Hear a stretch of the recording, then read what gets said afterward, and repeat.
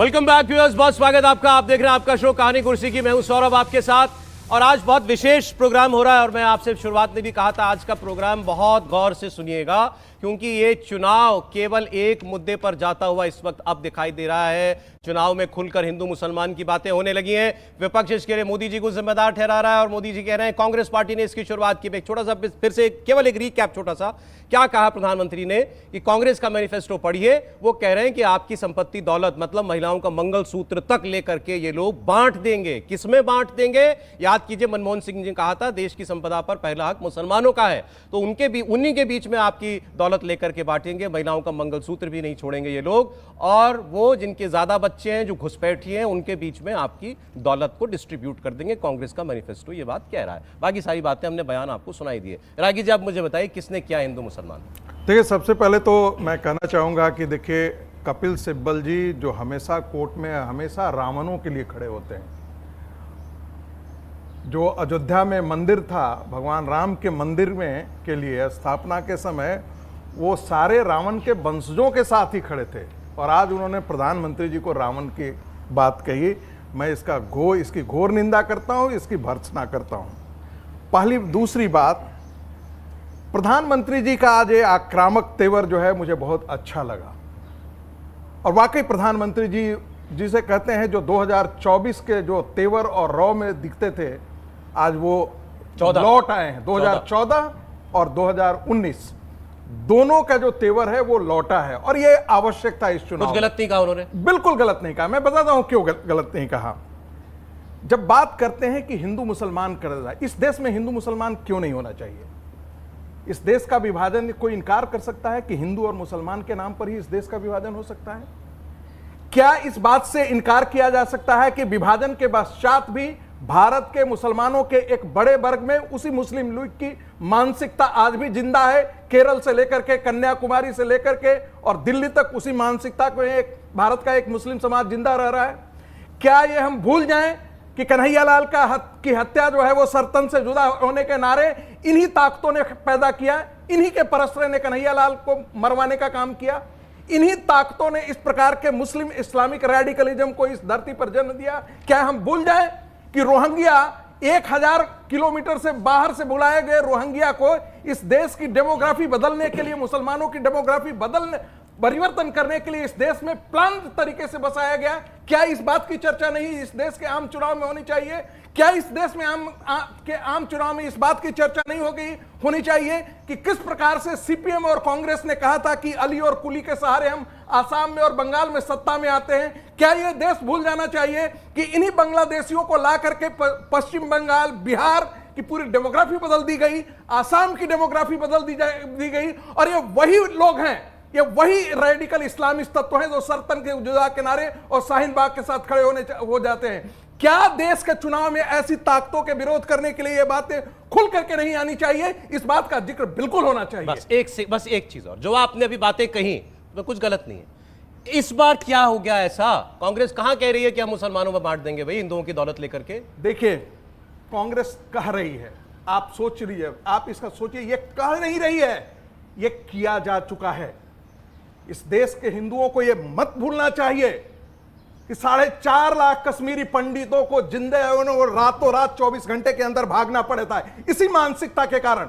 उस मानसिकता को पैदा करने और नर्चर करने में क्या कांग्रेस और वामपंथियों की भूमिका नहीं थी? आज का रेफरेंस मुझे आज का रेफरेंस दीजिए। क्या इस देश के हिंदुओं को भूल जाना चाहिए कि तमिलनाडु की सरकार 5 लाख किलो सोना 40,000 मंदिरों से छीन करके उसको आरबीआई के साथ रख दिया गया है और उसके एवज में जो इंटरेस्ट पैदा होता है उससे सारी जातियों को पैदा किया जाता है उनके वेलफेयर स्कीम्स के लिए। क्या हिंदुओं को यह भूल जाना चाहिए कि इस देश का यही इंडी गिरोह, मैं इसे गिरोह कहता हूं, यह चोरों की बारात है, यह चोरों की बारात, इसके सारे भ्रष्ट नेता जो है, क्या यह भूल जाना चाहिए इस देश के हिंदुओं को? और यदि इस देश का हिंदू गुज्जर, राजपूत, जाट के नाम पर लड़ता रहेगा तो इस देश के साथ बड़ा विश्वासघात करेगा और नरेंद्र मोदी के साथ बड़ा विश्वासघात अब चूंकि सर ये बहुत बड़ा विवाद बन गया इस चुनाव में, इस पर अमित शाह जी ने भी अभी रिएक्शन दिया है, देश के गृह मंत्री ने, सुनाना चाहता हूं आपको। आज आपको कहने आया हूं, अभी अभी कांग्रेस पार्टी को मिर्ची लगी। मोदी जी ने उनके घोषणा पत्र में से सबकी संपत्ति का सर्वे करने का कहा है।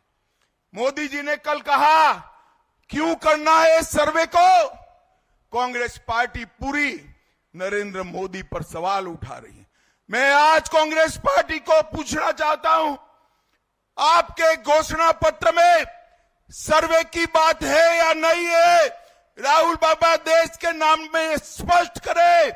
और मनमोहन सिंह, आपके प्रधानमंत्री ने कहा था संसाधन पर पहला अधिकार माइनॉरिटी का है, आदिवासी दलित का नहीं है, आदिवासी दलित का नहीं है। अब देखिए, सबने लाइन पकड़ ली प्रधानमंत्री की बात कहने के बाद। एक बात तो है कि ये विचार हुआ है भारतीय जनता पार्टी में कि भाई ये मुद्दा उठाओ, ये मुद्दा उठाओ, इसीलिए अब गृहमंत्री भी ये बात कह रहे हैं। छोटी सी टिप्पणी है, राहुल गांधी शुद्ध रूप से इस्लामिस्ट और वामपंथी गिरोह के सिकंजे में है। वामपंथी तो मैं मान लेता हूं, वामपंथी तो मैं भी मानता हूं, लेकिन इस्लामिस्ट इसलिए कह रहा हूं क्योंकि पीएफआई के कैडर को छोड़ने का काम कर्नाटक के चुनाव में इसी कांग्रेस पार्टी की सरकार ने की थी। राहुल गांधी यदि मुस्लिम कंस्टिट्यूएंसी जाकर के चुनते हैं, ये अपने आप में बहुत बड़ा प्रमाण है कि राहुल गांधी कहीं ना कहीं इस देश के रेडिकल इस्लामिस्ट तत्वों के साथ मिले हुए हैं। ठीक है सर, ये आपका आरोप। हाँ समीर जी, क्यों बीजेपी अब इस मुद्दे पे आई है? भाई ये बात, घोषणा पत्र तो रिलीज हुए बहुत दिन हो गए ना कांग्रेस पार्टी के, अब क्यों? देखिए, प्रधानमंत्री मोदी ने वही कहा जो कांग्रेस कहना चाहती थी। प्रधानमंत्री ने वही बात पकड़ ली जो कांग्रेस एक खास वर्ग को बात पकड़वाना चाहती थी। देखिए, आज प्रधानमंत्री जिस बात का जिक्र कर रहे, बार बार आ रहा है कि मनमोहन सिंह ने यह कहा था कि भाई अल्पसंख्यकों का पहला अधिकार होगा।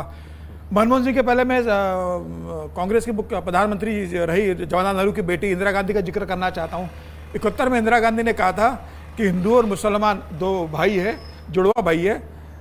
मुसलमान अल्पसंख्यक है, इसलिए थोड़ा वो लाड़ला है, उसे सुविधाएं ज़्यादा मिलनी चाहिए। घर में दो भाई होते हैं, एक छोटा होता है, कमज़ोर होता है, तो उसे माँ ज़्यादा लाड़ और प्यार देती है। वैसे ही मुस्लिम कमज़ोर है, इसलिए हम उसे ज़्यादा लाड़ प्यार करेंगे। ये इंदिरा गांधी ने 1971 में इस बात का जिक्र किया था। इस बात का जिक्र बहुत कम समय पर लोग करते हैं, सबको मनमोहन सिंह का ध्यान रहता है। इंदिरा गांधी का ये ऑफिशियल स्टेटमेंट था कि हिंदू और मुसलमान दो भाई है, लेकिन मुस्लिम थोड़ा ज़्यादा लाड़ला है क्योंकि वो अल्पसंख्यक है, कमज़ोर है। आज क्यों? मुझे लग रहा है आज के बाद क्यों प्रधानमंत्री मोदी अगर ये बात कह रहे हैं, तो प्रधानमंत्री अगर घुसपैठियों के लिए बात कर रहे हैं, तो प्रधानमंत्री उन लोगों को घुसपैठिया मान रहे हैं जो इस देश के जंगल, जमीन और जानवर से प्यार नहीं करते। जो व्यक्ति इस देश के जंगल, जमीन और जानवर से प्यार करता होगा वो घुसपैठिया नहीं होगा। इसके अतिरिक्त जितने भी लोग होंगे वो घुसपैठियों की श्रेणी में आते होंगे। अब वो फिर रोहिंग्या मुसलमान हो या भारतीय नागरिक ऐसे मुसलमान हो जो हिंदुस्तान की जल, जंगल, जमीन से प्यार नहीं करते हो, तो वो घुसपैठियों के रूप में माना जाएगा। मुझे लगता है कि प्रधानमंत्री ने बहुत स्पष्ट कह दिया है कि जो भारतीय है वह सच्चा भारतीय है, और उनका संदेश जो कहने का तात्पर्य बहुत स्पष्ट था कि कांग्रेस ने जो कहा था कि हम अल्पसंख्यकों को देंगे, इसका मतलब यह है कि कांग्रेस ये कहना चाहती है कि इस देश के अंदर ईमानदारी से अपनी मेहनत के दम पर अगर आपने पैसा कमाया होगा, तो वो पैसा हम लेके एक ऐसे तबकों को दे देंगे जो निकम्मा होगा, नाकारा होगा और आराम से बैठ के आपके पैसों पेश करेगा। बात राहुल गांधी ने कही, इससे कांग्रेस पार्टी पीछे नहीं हट सकती। अब इसमें जो मुस्लिम रेफरेंस लाया गया है, देखिए मुझे लगता है उस पर विवाद है बिल्कुल। और ये क्यों हो रहा है? पहले दौर की वोटिंग के बाद क्यों? भाई विपक्ष आरोप ये लगा रहा है कि मोदी जी को समझ में आ गया वोट नहीं पड़ रहा, आपका वोटर बाहर नहीं निकल रहा, तो उसको उकसाओ, हिंदू मुसलमान का रेफरेंस लाओ, इसकी भावना भड़काओ। जी सौरभ जी, ऐसा है जब चुनाव लड़ा जाता है ना, तो सारी चीज़ों के जो विषय होते हैं ना, उन सबको एड्रेस करा जाता है। कभी ये नहीं होता कि सिर्फ एक ही बात होती है। आप भी कहेंगे यार रोज रोज यही बात ही हो रही है। चुनाव जो है, चुनाव में हर पक्ष रखा जाता है। चुनाव में हमारा मुख्य पक्ष क्या है? इस देश का विकास है कि कहाँ से चालू हुए थे 10 साल पहले, आज कहाँ खड़े हुए हैं, और आगे अगले 20 साल 25 साल तक कहाँ जाना है। 1947 में this nation has to become a developed nation, तो उसका रोड मैप क्या है? आज ये इस विषय पे चुनाव लड़ा जा रहा है ना, किस पे लड़ा जा रहा है। लेकिन फिर बीच में जब भटकाने वाले कोई बयान आते हैं किसी के भी, तो उसका कहीं ना कहीं जवाब जरूर दिया जाता है। वैसे एक चीज बताऊं मैं आपको, ये भी बड़ी विडंबना इस राजनीति की, हिंदुस्तान की, कि एक पार्टी जो है। सर बस एक खबर आ रही है इस वक्त कि मोदी को कांग्रेस का मैनिफेस्टो समझाना चाहता हूं, खड़गे साहब ये कह रहे हैं, और इसीलिए उन्होंने प्रधानमंत्री से मिलने का वक्त मांगा। आप देखिए कहानी कहां घूम गई। खड़गे साहब कह रहे हैं मोदी जी को मैनिफेस्टो नहीं समझ में आया कांग्रेस का, झूठ बोल रहे हैं, समझ ले, मैं जाकर के समझा देता हूं, मुझे टाइम दे। एक लाइन, खड़गे जी को कांग्रेस का मैनिफेस्टो खुद ही पता होगा क्या? अरे खड़गे साहब ने तो कहा हेट स्पीच दी है मोदी जी ने, वो कह रहे हैं मैं मिलकर समझाऊंगा, उनको समय मांग रहे हैं। क्या टिप्पणी करनी है जब ऐसी देखिए सर उनके अध्यक्ष जो है ऐसी बात करते हैं, तो मुझे लगता है टिप्पणी करके भी हम जो है अपनी बुद्धिमत्ता को देखिए ये तो अच्छी बात है भाई, कांग्रेस का अगर अध्यक्ष प्रधानमंत्री से मिले, वैसे तो राजनीतिक नहीं, कॉन्फ्रेंस की बात है। जरूर मिले, बड़ा अच्छा होता अगर मिलते। उससे पहले तो गाली वो गलौज ज्वाइन कर करी थी लेंगे ना अपनी बीजेपी। टिप्पणी में, नहीं सर, वो नहीं करते। मेरा ये कहना है आप प्रधानमंत्री को खाली प्रधानमंत्री के रूप में क्यों देख रहे हो? इसमें क्या- चुनाव चल क्या रहा है ना, पता? वो भारतीय जनता पार्टी के स्टार प्रचारक है, वो हर हद का कंधा यही तो अपनाएंगे विपक्ष जिससे कहता है भारतीय कि जनता वो पार्टी को मोदी वोट जी मिले। जो भाजपा के अभी वो प्रधानमंत्री की प्रधानमंत्री तरह के रूप में आप बात क्यों? करते हैं। बिल्कुल, हर्षवर्धन अभी वो जी कुछ नेता एक कहना पार्टी चाह के, रहे हैं। अभी वो हर वो काम करेंगे जिससे उन्हें बहुमत मिले, पार्टी का वोट मिले, तो वो वोटिंग कर रहे बढ़े। हैं क्या? कर रहे हैं ना ना, ये? करेंगे। और क्या गलत है उसके अंदर? वो प्रचारक है पार्टी के।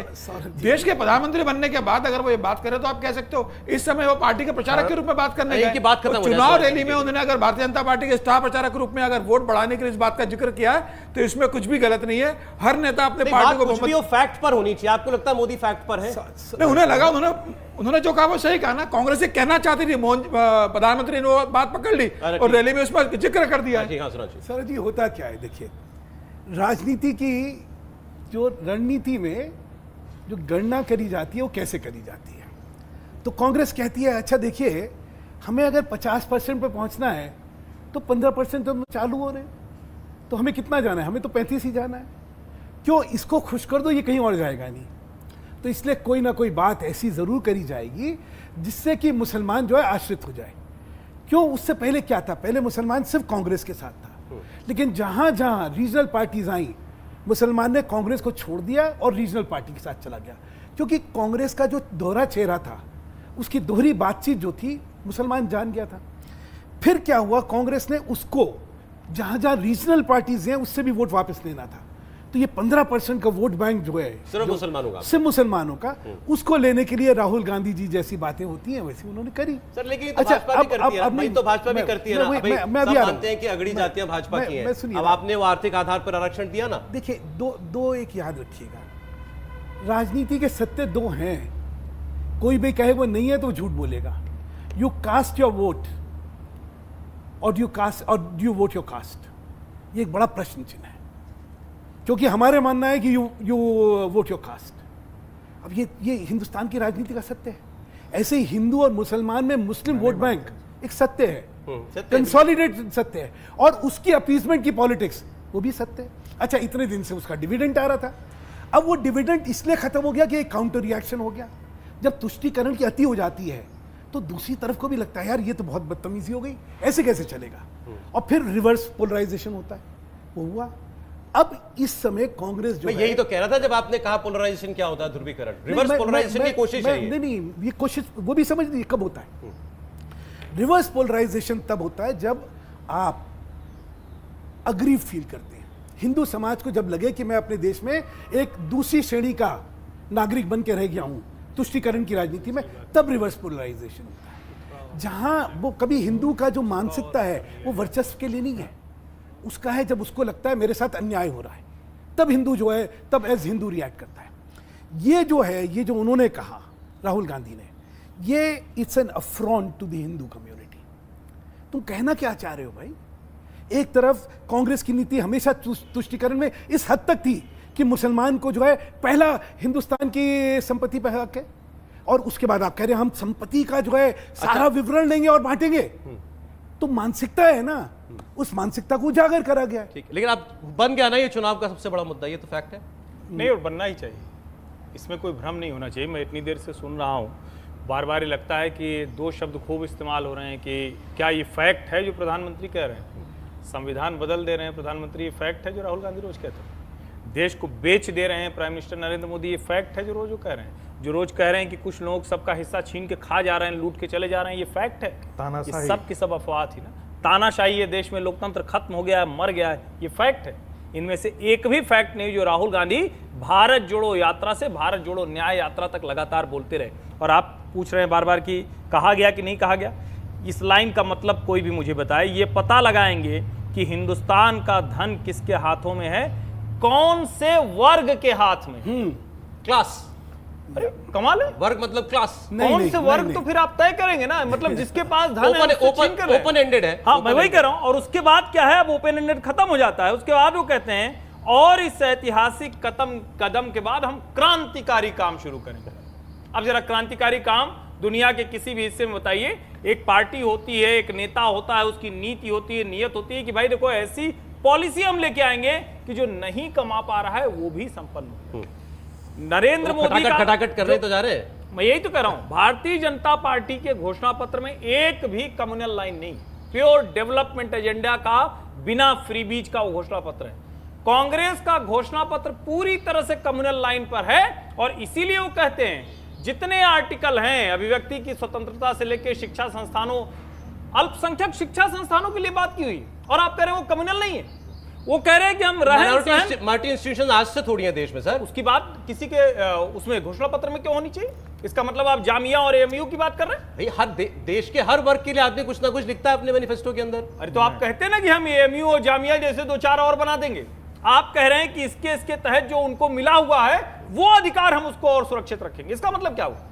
तो अगर आप ये क्लियर कट कह रहे हैं तो साफ साफ खुल के आइए ना। ठीक है। और जो प्रोफेसर साहब कह रहे हैं ये तो कोई छिपी हुई बात नहीं है ना कि अंत में आप कहां जाते हैं, अमेठी से भाग के वायनाड। अरे ठीक है सर, ठीक। चले एक ब्रेक का वक्त हो गया कहानी कुर्सी की में। हमने देखिए बड़ा पिछले प्रोग्राम में अपने बहुत डिटेल में एनालाइज किया था देश के वोटिंग परसेंटेज को। अब वो आंकड़ा रिवाइज हो गया, फाइनल आंकड़ा आ गया कि 4.5% के करीब जो है वोटिंग ड्रॉप हुई 2019 की तुलना में, अभी जो वोट पड़ा 19 तारीख को।